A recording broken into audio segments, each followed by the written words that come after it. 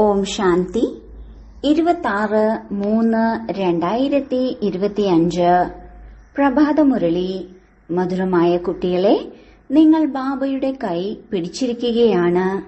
നിങ്ങൾ ഗൃഹസ്ഥ വ്യവഹാരത്തിലിരുന്നും ബാബയെ ഓർമ്മിച്ചോർമ്മിച്ച് തമോ പ്രധാനത്തിൽ നിന്നും സതോ പ്രധാനമായി തീരുന്നു. ചോദ്യം: നിങ്ങൾ കുട്ടികളുടെ ഉള്ളിൽ ഏത് ഉല്ലാസമാണ് ഉണ്ടായിരിക്കേണ്ടത്? സിംഹാസനധാരിയാകുന്നതിനുള്ള വിധി എന്താണ്? ഉത്തരം: സദാ ഈ ഉല്ലാസമുണ്ടായിരിക്കണം. ജ്ഞാനസാഗരനായ ബാബ നമുക്ക് ദിവസേന ജ്ഞാനരത്നങ്ങളുടെ സഞ്ചി നിറച്ചു നൽകുന്നു. എത്രത്തോളം യോഗത്തിലിരിക്കുന്നുവോ അത്രത്തോളം ബുദ്ധി സ്വർണ സമാനമായി തീരും. ഈ അവിനാശി ജ്ഞാനരത്നങ്ങൾ മാത്രമാണ് നമ്മൾ കൂടെ കൊണ്ടുപോകുന്നത്. സിംഹാസനധാരിയായി മാറണമെങ്കിൽ മാതാപിതാവിനെ പൂർണമായും ഫോളോ ചെയ്യണം. ബാബയുടെ ശ്രീമത പ്രകാരം ജീവിക്കണം. മറ്റുള്ളവരെയും തനിക്ക് സമാനമാക്കി മാറ്റണം. ഓം ശാന്തി. ആത്മീയ കുട്ടികൾ ഈ സമയം എവിടെയാണ് ഇരിക്കുന്നത്? അപ്പോൾ പറയും, ആത്മീയ അച്ഛന്റെ സർവകലാശാലയിൽ അല്ലെങ്കിൽ പാഠശാലയിലാണ് ഇരിക്കുന്നത്. ബുദ്ധിയിലുണ്ടായിരിക്കണം, നമ്മൾ ആത്മീയ അച്ഛന്റെ മുന്നിലാണ് ഇരിക്കുന്നത്. ബാബ നമുക്ക് സൃഷ്ടിയുടെ ആദി മധ്യ അന്ത്യത്തിന്റെ രഹസ്യവും ഭാരതത്തിന്റെ ഉദ്ധാരണവും അധപ്പതനവും എങ്ങനെ ഉണ്ടാകുന്നുവെന്നും മനസ്സിലാക്കി തരുന്നു. പാവനമായിരുന്ന ഭാരതം ഇപ്പോൾ പതീതമായിരിക്കുന്നു. ഭാരതം ആദ്യം കിരീടധാരിയായിരുന്നു. പിന്നീട് ആരാണ് ഭാരതത്തിനു മേൽ വിജയം പ്രാപിച്ചത്? രാവണൻ. രാജപദവി നഷ്ടപ്പെട്ടുവെങ്കിൽ അധപതനം സംഭവിച്ചില്ലേ? ആരെയും രാജാവ് എന്ന് പറയില്ല. അഥവാ രാജാവ് ഉണ്ടെങ്കിൽ പോലും അവരും പതീതമായിരിക്കും. ഈ ഭാരതത്തിൽ തന്നെയാണ് സൂര്യവംശി മഹാരാജ റാണിമാർ ഉണ്ടായിരുന്നത്. സൂര്യവംശി മഹാരാജാക്കന്മാരും ചന്ദ്രവംശി മഹാരാജാക്കന്മാരും ഭാരതത്തിൽ ഉണ്ടായിരുന്നു. ഈ കാര്യങ്ങളെല്ലാം നിങ്ങൾ കുട്ടികളുടെ ബുദ്ധിയിലുണ്ട്. ലോകത്തിൽ മറ്റാർക്കും തന്നെ ഈ കാര്യങ്ങളെക്കുറിച്ച് അറിയില്ല. നമ്മുടെ ആത്മീയ അച്ഛൻ നമ്മളെ പഠിപ്പിക്കുന്നു എന്ന് നിങ്ങൾ കുട്ടികൾക്കറിയാം. നമ്മൾ ആത്മീയ പിതാവിന്റെ കൈ പിടിച്ചിരിക്കുകയാണ്. ഗൃഹസ്ഥ വ്യവഹാരത്തിലാണ് ഇരിക്കുന്നതെങ്കിലും ബുദ്ധിയിലുണ്ടായിരിക്കണം, നമ്മളിപ്പോൾ സംഗമയുഗത്തിലാണ് നിൽക്കുന്നത്. പതീത ലോകത്തിൽ നിന്നും നമ്മൾ പാവന ലോകത്തിലേക്ക് പോവുകയാണ്. കലിയുഗത്തെ പതീത യുഗം എന്നും സത്യയുഗത്തെ പാവന യുഗം എന്നും പറയുന്നു. പതീത മനുഷ്യർ പാവന മനുഷ്യരുടെ മുന്നിൽ പോയി നമസ്കരിക്കുന്നു. പാവന മനുഷ്യർ ഭാരതത്തിൽ തന്നെ വസിച്ചിരുന്നവരായിരുന്നു. പക്ഷെ അവരിൽ ദൈവിക ഗുണങ്ങൾ ഉണ്ട്. ഇപ്പോൾ നിങ്ങൾ കുട്ടികൾ മനസ്സിലാക്കുന്നു, നമ്മളും ബാബയിലൂടെ ഇവർക്ക് സമാനം ദൈവിക ഗുണങ്ങൾ ധാരണ ചെയ്തുകൊണ്ട് ഇരിക്കുകയാണ്. സത്യയുഗത്തിൽ പുരുഷാർത്ഥമില്ല. അവിടെ പ്രാപ്തി അനുഭവിച്ചുകൊണ്ടിരിക്കുകയാണ്. ഇവിടെ പുരുഷാർത്ഥം ചെയ്ത് ദൈവിക ഗുണങ്ങൾ ധാരണ ചെയ്യണം. സദാ അവനവനെ പരിശോധിക്കണം.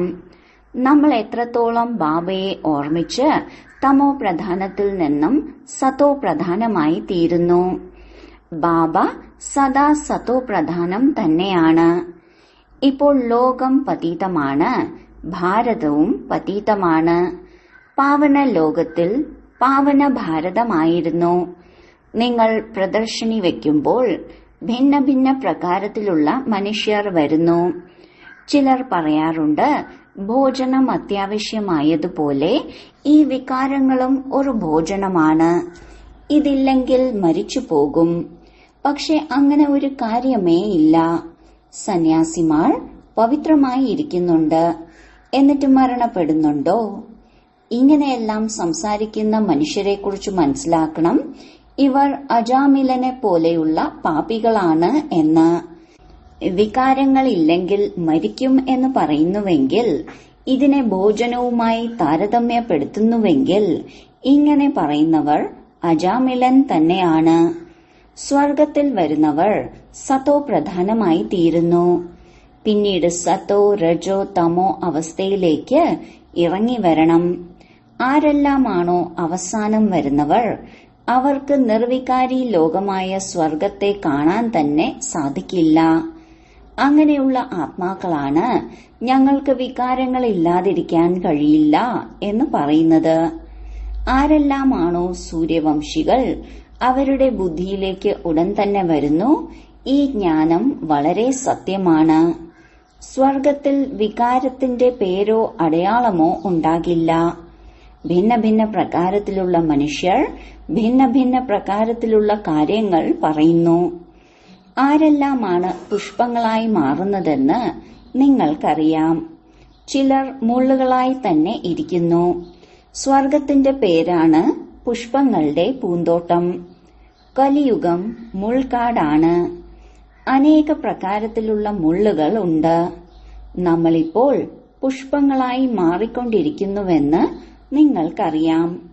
ഈ ലക്ഷ്മി നാരായണൻ റോസാ പുഷ്പമാണ്. ഇതിനെ പുഷ്പങ്ങളുടെ രാജാവ് എന്നും പറയും. ദൈവിക പുഷ്പങ്ങളുടെയും രാജ്യമുണ്ട്. തീർച്ചയായും അവർ ഈ രീതിയിലുള്ള പുരുഷാർത്ഥം ചെയ്തതുകൊണ്ടായിരിക്കും പഠിപ്പിലൂടെയാണ് ഇങ്ങനെയായി തീരുന്നത്. നിങ്ങൾക്കറിയാം, ഇപ്പോൾ നമ്മൾ ഈശ്വരീയ കുടുംബത്തിലേതായിരിക്കുകയാണ്. ആദ്യം ഈശ്വരനെക്കുറിച്ച് അറിവില്ലായിരുന്നു. ബാബ വന്നിട്ടാണ് ഈ കുടുംബം ഉണ്ടാക്കിയത്. അച്ഛൻ ആദ്യം പത്നിയെ ദത്തെടുക്കുന്നു. പിന്നെ അവരിലൂടെ കുട്ടികൾക്ക് ജന്മം നൽകുന്നു. ബാബ ബ്രഹ്മാവിനെ ദത്തെടുത്തു. പിന്നീട് അവരിലൂടെ കുട്ടികളെ രചിച്ചു. ഇവരെല്ലാവരും ബ്രഹ്മകുമാർ കുമാരിമാരല്ലേ? ഇത് പ്രവൃത്തി മാർഗത്തിലുള്ള ബന്ധമാണ്. സന്യാസിമാരുടേത് നിവൃത്തി മാർഗമാണ്. അവർ മമ്മ ബാബ എന്നൊന്നും പറയില്ല. ഇവിടെ മമ്മ ബാബ എന്ന് പറയുന്നു. മറ്റെല്ലാ സത്സംഗങ്ങളും നിവൃത്തി മാർഗത്തിലുള്ളതാണ്. ഈ ഒരേ ഒരു ബാബയെയാണ് നിങ്ങൾ മാതാ പിത എന്ന് പറഞ്ഞ് വിളിക്കുന്നത്. ബാബ മനസ്സിലാക്കി തരുന്നു, ഭാരതത്തിൽ ആദ്യം പവിത്ര പ്രവൃത്തി മാർഗമായിരുന്നു. ഇപ്പോൾ അത് അപവിത്രമായിരിക്കുന്നു. ഞാൻ വീണ്ടും വന്ന് പവിത്ര പ്രവൃത്തി മാർഗം സ്ഥാപിക്കുകയാണ്. നിങ്ങൾക്കറിയാം, നമ്മുടെ ധർമ്മം വളരെ സുഖം നൽകുന്നതാണ്. പിന്നെന്തിന് നമ്മൾ പഴയ ധർമ്മത്തിലുള്ളവരുമായി കൂട്ടുകൂടണം? നിങ്ങൾ സ്വർഗത്തിൽ എത്ര സുഖികളായാണ് ജീവിച്ചിരുന്നത്. വജ്ര വൈഡൂര്യങ്ങളുടെ കൊട്ടാരം ഉണ്ടായിരുന്നു. ഇവിടെ അമേരിക്കയിലും റഷ്യയിലും ധനവാന്മാരുണ്ടെങ്കിലും സ്വർഗത്തിലേതുപോലുള്ള സുഖം അവിടെ ഉണ്ടാകില്ല. സ്വർണത്തിന്റെ ഇഷ്ടികകൾ കൊണ്ടുള്ള കൊട്ടാരങ്ങൾ ഇവിടെ ആർക്കും തന്നെ ഉണ്ടാക്കുവാൻ സാധിക്കില്ല. സത്യയുഗത്തിലാണ് സ്വർണ കൊട്ടാരങ്ങൾ ഉണ്ടാവുക. ഇവിടെ എവിടെ നിന്ന് സ്വർണം കിട്ടാനാണ്? അവിടെ എല്ലാ സ്ഥലങ്ങളിലും വജ്ര വൈഡൂര്യങ്ങൾ പതിഞ്ഞിട്ടുണ്ടാവും. ഇപ്പോൾ വജ്രങ്ങൾക്ക് എത്ര വിലയാണുള്ളത്? അവസാനം ഇതെല്ലാം മണ്ണിലേക്ക് ലയിക്കും. ബാബ മനസ്സിലാക്കി തരുന്നു, പുതിയ ലോകത്തിൽ വീണ്ടും എല്ലാ ഖനികളും നിറഞ്ഞിരിക്കും. ഇപ്പോൾ അതെല്ലാം കാലിയായിരിക്കുകയാണ്.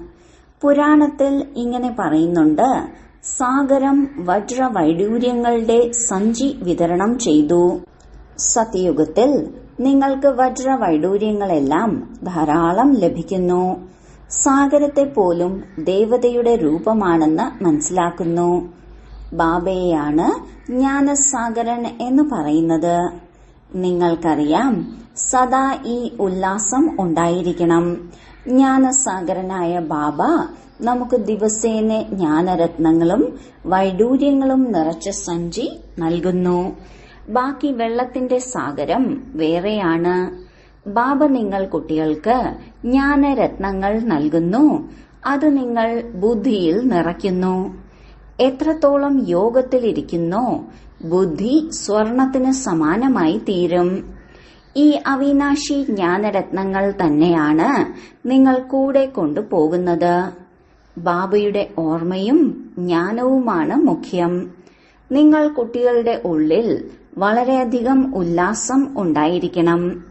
ബാബയും ഗുപ്തമാണ്, നിങ്ങളും ഗുപ്ത സൈനികരാണ്. അഹിംസകരായ അജ്ഞാത സൈന്യമെന്ന് പറയില്ലേ? ചിലർ വളരെ ശക്തിശാലികളായ യോദ്ധാക്കളായിരിക്കും. പക്ഷെ പേരോ അടയാളമോ ആരും അറിയില്ല. ഗവൺമെന്റിന്റെ പക്കൽ ഓരോരുത്തരുടെയും പേരും അടയാളവും പൂർണമായും ഉണ്ടാകും. അജ്ഞാത സൈന്യം, അഹിംസകർ എന്നതെല്ലാം നിങ്ങളുടെ പേരുകളാണ്. ഏറ്റവും ആദ്യത്തെ ഹിംസയാണ് വികാരത്തിലേക്ക് പോകുക. ഇതാണ് നിങ്ങൾക്ക് ആദി മധ്യാന്തം ദുഃഖം നൽകുന്നത്. അതുകൊണ്ടാണ് പറയുന്നത്, അല്ലയോ പതീത പാവന, ഞങ്ങൾ പതീതരെ വന്ന് പാവനമാക്കൂ. പാവന ലോകത്തിൽ ഒരാളെ പോലും പതീതർ എന്ന് പറയില്ല. ഇപ്പോൾ നിങ്ങൾ കുട്ടികൾക്കറിയാം, നമ്മൾ ഭഗവാന്റെ കുട്ടികളായി മാറിയിരിക്കുകയാണ്. ബാബയിൽ നിന്ന് സമ്പത്ത് നേടുകയാണ്. പക്ഷെ മായയും ഒട്ടും കുറവല്ല. മായയുടെ ഒറ്റ പ്രഹരം കൊണ്ട് തന്നെ അഴുക്ക് ചാലിലേക്ക് വീഴുന്നു. ആരെല്ലാമാണോ വികാരത്തിലേക്ക് വീഴുന്നത്, അവരുടെ ബുദ്ധി നശിച്ചു പോകുന്നു. ബാബ വളരെ നല്ല രീതിയിൽ മനസ്സിലാക്കി തന്നിട്ടുണ്ട്, ദേഹധാരികളോട് ഒരിക്കലും പ്രീതി വെക്കരുത്. നിങ്ങൾ ഒരേ ഒരു ബാബയോട് പ്രീതി വെക്കണം. മറ്റൊരു ദേഹധാരിയെയും സ്നേഹിക്കരുത്, പ്രേമിക്കരുത്. പ്രേമം ഒരേ ഒരു വിചിത്രനായ ദേഹമില്ലാത്ത ബാബയോട് വെക്കണം. പക്ഷെ ബാബ എത്ര തന്നെ മനസ്സിലാക്കി തന്നാലും ആരും മനസ്സിലാക്കുന്നില്ല. ഭാഗ്യത്തിലില്ലെങ്കിൽ പരസ്പരം മറ്റുള്ളവരുടെ ദേഹങ്ങളിൽ കുടുങ്ങിപ്പോകുന്നു. ബാബ നല്ല രീതിയിൽ മനസ്സിലാക്കി തരുന്നുണ്ട്, നിങ്ങൾ ഓരോരുത്തരും ആത്മാക്കളാണ്. ആത്മാവിന്റെയും പരമാത്മാവിന്റെയും രൂപം ഒരുപോലെയാണ്. ആത്മാവൊരിക്കലും ചെറുതും വലുതും ആകുന്നില്ല. ആത്മാവ് അവിനാശിയാണ്. ഓരോരുത്തരുടെയും പാർട്ട് ഡ്രാമയിൽ അടങ്ങിയിട്ടുണ്ട്. ഇപ്പോൾ ഈ ലോകത്ത് എത്ര മനുഷ്യരാണ്? പിന്നീട് വെറും 9-10 ലക്ഷങ്ങളെ ഉണ്ടാകൂ. സത്യയുഗത്തിൽ എത്ര ചെറിയ വൃക്ഷമായിരിക്കും. പ്രളയം ഒരിക്കലും ഉണ്ടാകുന്നില്ല. നിങ്ങൾക്കറിയാം, ഏതെല്ലാം മനുഷ്യരുണ്ടോ ആ ആത്മാക്കളെല്ലാം മൂലവതനത്തിലാണ് വസിക്കുന്നത്. മൂലവതനത്തിൽ നിരാകാരി ആത്മാക്കളുടെ വൃക്ഷമുണ്ട്. സാധാരണ വിത്ത് വിതയ്ക്കുമ്പോൾ അതിൽ നിന്ന് മുഴുവൻ വൃക്ഷവും ഉണ്ടാകുന്നു. ആദ്യം 2 ഇലകളായിരിക്കും. അത് പരിധിയില്ലാത്ത വൃക്ഷമാണ്. സൃഷ്ടി ചക്രത്തിന്റെ ചിത്രം ഉപയോഗിച്ച് മനസ്സിലാക്കി കൊടുക്കാൻ വളരെ എളുപ്പമാണ്. ഇതിനെക്കുറിച്ചും ചിന്തിക്കണം. ഇപ്പോൾ കലിയുഗമാണ്. സത്യയുഗത്തിൽ ഒരേ ഒരു ധർമ്മമായിരുന്നു. അപ്പോൾ വളരെ കുറച്ചു മനുഷ്യരെ ഉണ്ടായിരുന്നുള്ളൂ. ഇപ്പോൾ എത്ര മനുഷ്യരാണ്, എത്ര ധർമ്മമാണ്. ആദ്യമില്ലാതിരുന്നവരും പിന്നീട് എങ്ങോട്ട് പോകും? എല്ലാ ആത്മാക്കളും പരംധാമത്തിലേക്ക് പോകുന്നു. നിങ്ങളുടെ ബുദ്ധിയിൽ ഇപ്പോൾ എല്ലാ ജ്ഞാനവുമുണ്ട്. എങ്ങനെയാണോ ബാബ ജ്ഞാനസാഗരൻ, അതുപോലെ നിങ്ങളെയും ബാബയ്ക്ക് സമാനമാക്കി മാറ്റുന്നു. നിങ്ങൾ പഠിച്ച് ഈ പദവി നേടുന്നു. ബാബ സ്വർഗത്തിന്റെ രചയിതാവാണെങ്കിൽ സ്വർഗത്തിന്റെ സമ്പത്ത് ഭാരതവാസികൾക്ക് തന്നെയാണ് ലഭിക്കുക. ബാക്കി എല്ലാവരും വീട്ടിലേക്ക് പോകണം. ബാബ പറയുന്നു, ഞാൻ വന്നിരിക്കുന്നത് നിങ്ങൾ കുട്ടികളെ പഠിപ്പിക്കാനാണ്. എത്രത്തോളം പുരുഷാർത്ഥം ചെയ്യുന്നുവോ അത്രത്തോളം ഉയർന്ന പദവി ലഭിക്കും. എത്രത്തോളം ശ്രീമതം അനുസരിച്ച് മുന്നേറുന്നുവോ അത്രത്തോളം ശ്രേഷ്ഠമായി തീരും. മുഴുവൻ ആധാരവും പുരുഷാർത്ഥത്തിലാണ്. മമ ബാബയുടെ സിംഹാസനധാരിയായി തീരണമെങ്കിൽ പൂർണമായും മാതാവിനെയും പിതാവിനെയും അനുകരിക്കണം. സിംഹാസനധാരിയായി മാറണമെങ്കിൽ അവരുടെ പെരുമാറ്റമനുസരിച്ച് മുന്നേറണം. മറ്റുള്ളവരെയും തനിക്ക് സമാനമാക്കി മാറ്റണം. ബാബ അനേക പ്രകാരത്തിലുള്ള യുക്തികൾ പറഞ്ഞു തരുന്നുണ്ട്. നിങ്ങൾക്കൊരു ബാഡ്ജ് ഉപയോഗിച്ചു പോലും മറ്റുള്ളവർക്ക് നല്ല രീതിയിൽ മനസ്സിലാക്കി കൊടുക്കാൻ സാധിക്കും. ബാബ പറയുന്നു, പുരുഷോത്തമ മാസത്തിൽ ഭക്തർക്ക് ചിത്രങ്ങൾ സൗജന്യമായി നൽകൂ. ബാബ ഇതുപോലെ സമ്മാനങ്ങൾ നൽകാറുണ്ട്. അവരുടെ കയ്യിൽ പൈസ വരുമ്പോൾ അവർ മനസ്സിലാക്കുന്നു ബാബ ചിലവ് ചെയ്ത് നൽകിയതാണ്. അതുകൊണ്ട് പെട്ടെന്ന് തന്നെ പൈസ അയച്ചു കൊടുക്കണം. എല്ലാവരുടെയും വീട് ഇതുതന്നെയല്ലേ? ഈ ട്രാൻസ്ലൈറ്റ് ചിത്രങ്ങൾ വെച്ച് പ്രദർശനം ചെയ്യുകയാണെങ്കിൽ ധാരാളം പേർ കാണാൻ വരും. പുണ്യകർമ്മമല്ലേ? മനുഷ്യരെ മുള്ളിൽ നിന്നും പുഷ്പവും പാപാത്മാവിൽ നിന്ന് പുണ്യാത്മാവുമാക്കി മാറ്റുന്നു. അതുകൊണ്ട് ഇങ്ങനെയുള്ള പ്രദർശനികളെ തീവ്രഗതിയിലുള്ള സേവനങ്ങൾ എന്ന് പറയുന്നു. പ്രദർശനിയിൽ സ്റ്റോൾ ഇടുകയാണെങ്കിൽ ധാരാളം പേർ കാണാൻ വരുന്നു. ചിലവ് കുറയുന്നു. നിങ്ങൾ ഇങ്ങോട്ട് വരുന്നത് തന്നെ ബാബയിൽ നിന്ന് സ്വർഗത്തിലെ രാജ്യപദവി വാങ്ങാനാണ്. അപ്പോൾ സ്വർഗീയ രാജ്യപദവി വാങ്ങുന്നതിന് വേണ്ടി മനുഷ്യർ പ്രദർശനിയിലേക്കും വരുന്നു. ഇത് കടയാണല്ലോ. ബാബ പറയുന്നു, ഈ ജ്ഞാനത്തിലൂടെ നിങ്ങൾക്ക് വളരെ സുഖം ലഭിക്കും. അതുകൊണ്ട് നല്ല രീതിയിൽ പഠിച്ച് പുരുഷാർത്ഥം ചെയ്ത് സമ്പൂർണ്ണ വിജയിയായി തീരണം. ബാബ തന്റെയും രചനയുടെ ആദിമധ്യ അന്ത്യത്തിന്റെയും പരിചയം നൽകുകയാണ്. മറ്റാർക്കും ഇത് നൽകാൻ സാധിക്കില്ല. അപ്പോൾ ബാബയിലൂടെ നിങ്ങൾ ത്രികാലദർശികളായി മാറുന്നു. ഞാൻ എന്താണോ എങ്ങനെയാണോ എന്ന് എന്നെ യഥാർത്ഥ രീതിയിൽ മറ്റാരും തന്നെ അറിയില്ല. നിങ്ങളിലും നമ്പർ വൈസാണ്. അഥവാ യഥാർത്ഥ രീതിയിൽ അറിയുകയാണെങ്കിൽ ഒരിക്കലും ബാബയെ ഉപേക്ഷിക്കില്ല. ഇത് പഠിപ്പാണ്. ഭഗവാനാണ് പഠിപ്പിക്കുന്നത്. ഞാൻ നിങ്ങളുടെ അനുസരണയുള്ള സേവകനാണ് എന്ന് പറയുന്നു. ഡ്രാമയിൽ ബാബയുടെ പാർട്ട് തന്നെ ഇങ്ങനെയാണ്. പിന്നീട് എല്ലാവരെയും കൂടെ കൊണ്ടുപോകും. ശ്രീമതമനുസരിച്ച് മുന്നേറി പിന്നെ പാസ് വിത്ത് ഓണറായി തീരണം. പഠിപ്പ് വളരെ സഹജമാണ്. ഏറ്റവും വൃദ്ധനായ ഈ ബാബയാണ്, അതായത് ബ്രഹ്മാവാണ് നിങ്ങളെ പഠിപ്പിക്കുന്നത്. ശിവബാബ പറയുന്നു, ഞാൻ വൃദ്ധനല്ല. ആത്മാവിന് ഒരിക്കലും വയസ്സാകുന്നില്ല. ബാക്കി കല്ല് ബുദ്ധിയാകുന്നു. എന്റേത് പവിഴ ബുദ്ധിയാണ്. അതുകൊണ്ടാണ് നിങ്ങളെ പവിഴ ബുദ്ധികളാക്കി മാറ്റാൻ വേണ്ടി ഞാൻ വരുന്നത്. അളവറ്റ തവണ നിങ്ങളെ പഠിപ്പിക്കുന്നുണ്ട്, എന്നിട്ടും മറന്നു പോകുന്നു. സത്യയുഗത്തിൽ ഈ ജ്ഞാനത്തിന്റെ ആവശ്യം തന്നെ വരുന്നില്ല. എത്ര നല്ല രീതിയിലാണ് ബാബ മനസ്സിലാക്കി തരുന്നത്. ഇങ്ങനെയുള്ള ബാബയോടാണ് വിട പറയുന്നത്. അതുകൊണ്ടാണ് മഹാവിഡ്ഢിയെ കാണണമെങ്കിൽ ഇവിടെ വന്ന് കാണൂ എന്ന് പറയുന്നത്. സ്വർഗത്തിന്റെ സമ്പത്ത് തരുന്ന ബാബയെയാണ് ഉപേക്ഷിക്കുന്നത്. ബാബ പറയുന്നു, എന്റെ ശ്രീമത പ്രകാരം മുന്നേറുകയാണെങ്കിൽ അമര ലോകത്തിൽ വിശ്വത്തിന്റെ മഹാരാജ മഹാറാണിയായി തീരും. ഇത് മൃത്യു ലോകമാണ്.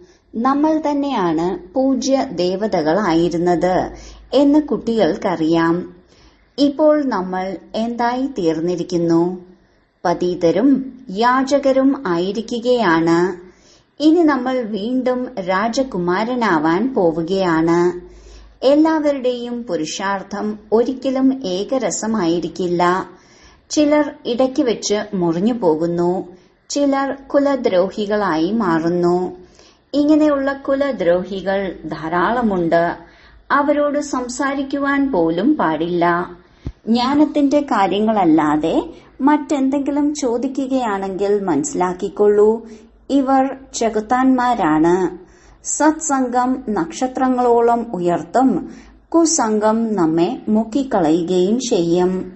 ആരാണോ ജ്ഞാനത്തിൽ സമർത്ഥർ, ബാബയുടെ ഹൃദയത്തിൽ സ്ഥാനമുള്ളവർ, അവരുമായി കൂട്ടുകൂടണം. അവർ നിങ്ങൾക്ക് ജ്ഞാനത്തിന്റെ മധുരമധുരമായ കാര്യങ്ങൾ കേൾപ്പിക്കും. ശരി, മധുരമധുരമായ വളരെ കാലത്തിന് ശേഷം തിരികെ കിട്ടിയ സേവനയുക്തരും വിശ്വസ്തരും ആജ്ഞാകാരികളുമായ കുട്ടികൾക്ക് മാതാവും പിതാവുമായ ബാബ്ദാദയുടെ സ്നേഹസ്മരണയും പുലർക്കാല വന്ദനവും. ആത്മീയ കുട്ടികൾക്ക് ആത്മീയ അച്ഛന്റെ നമസ്കാരം. ധാരണയ്ക്കുള്ള മുഖ്യ സാരം: 1. വിചിത്രനായ ബാബയെ മാത്രം സ്നേഹിക്കണം. മറ്റൊരു ദേഹധാരിയുടെയും പേരിലോ രൂപത്തിലോ ബുദ്ധി കുടുങ്ങിപ്പോകരുത്. മായയുടെ അടി ഏൽക്കാതിരിക്കാൻ ശ്രദ്ധിക്കണം. 2. ജ്ഞാനത്തിന്റെ കാര്യങ്ങളല്ലാതെ മറ്റെന്തെങ്കിലും കേൾപ്പിച്ചു തരുന്നവരുമായി കൂട്ടുകൂടരുത്. സമ്പൂർണ്ണ വിജയിയായി മാറാനുള്ള പുരുഷാർത്ഥം ചെയ്യണം. മുള്ളുകളെ പുഷ്പമാക്കി മാറ്റുന്നതിനുള്ള സേവനം ചെയ്യണം. വരദാനം: ഒരു ബാബ രണ്ടാമതൊരാളില്ല എന്ന സ്മൃതിയിലൂടെ ബന്ധനമുക്തരും യോഗയുക്തരുമായി ഭവിക്കട്ടെ. ഇപ്പോൾ വീട്ടിലേക്ക് തിരിച്ചു പോകാനുള്ള സമയമാണ്. അതിനാൽ ബന്ധനമുക്തരും യോഗയുക്തരുമായി മാറൂ. ബന്ധനമുക്തം അർത്ഥം അയഞ്ഞ വസ്ത്രം, ഭാരമില്ലാത്ത വസ്ത്രം എന്നല്ല. ആജ്ഞ ലഭിച്ചു, സെക്കൻഡിൽ പോയി. ഇങ്ങനെയുള്ള ബന്ധനമുക്തരും യോഗയുക്തവുമായ സ്ഥിതിയെ പ്രാപ്തമാക്കുന്നതിനായി ഒരേ ഒരു ബാബ രണ്ടാമതൊരാളില്ല എന്ന ഈ വാഗ്ദാനം സ്മൃതിയിലുണ്ടാവണം. കാരണം വീട്ടിലേക്ക് പോകുന്നതിനായി അല്ലെങ്കിൽ സത്യുഗി രാജ്യത്തിൽ വരുന്നതിനായി ഈ പഴയ ശരീരം ഉപേക്ഷിക്കേണ്ടി വരും. അതിനാൽ ഇങ്ങനെയുള്ള എവർ റെഡിയായി മാറിയിട്ടുണ്ടോ? അതോ ഇപ്പോഴും കുറച്ച് ചരടുകളിൽ ബന്ധിക്കപ്പെട്ടിട്ടുണ്ടോ? ഈ പഴയ ഡ്രസ് ടൈറ്റ് അല്ലല്ലോ എന്നെല്ലാം ചെക്ക് ചെയ്യൂ. സ്ലോഗൻ: വ്യർത്ഥ സങ്കല്പങ്ങളുടെ രൂപത്തിലുള്ള അധിക ഭക്ഷണം കഴിക്കാതിരുന്നാൽ അമിത ഭാരം കൊണ്ടുണ്ടാകുന്ന രോഗങ്ങളിൽ നിന്ന് രക്ഷപ്പെടാം. അവ്യക്ത സൂചന: സത്യതയും സഭ്യതയുമാകുന്ന സംസ്കാരങ്ങളെ തന്റേതാക്കി മാറ്റൂ. ബാബയ്ക്ക് ഏറ്റവും പ്രിയമുള്ള കാര്യം സത്യതയാണ്. ഇതിനാലാണ് ഭക്തിയിൽ പോലും ഈശ്വരൻ സത്യമാണ്, ഗോഡ് ഇസ് ട്രൂത്ത് എന്ന് പറയുന്നത്. ഏറ്റവും പ്രിയപ്പെട്ടത് സത്യതയാണ്. എന്തെന്നാൽ ആരിലാണോ സത്യതയുള്ളത് അവരിൽ ശുദ്ധത ഉണ്ടാകും. അവർ ക്ലിയർ ആയിരിക്കും. അതിനാൽ സത്യത എന്ന വിശേഷതയെ ഒരിക്കലും കൈവിടരുത്. സത്യതയുടെ ശക്തി ലിഫ്റ്റിന്റെ ജോലിയാണ് ചെയ്യുക. ഓം ശാന്തി.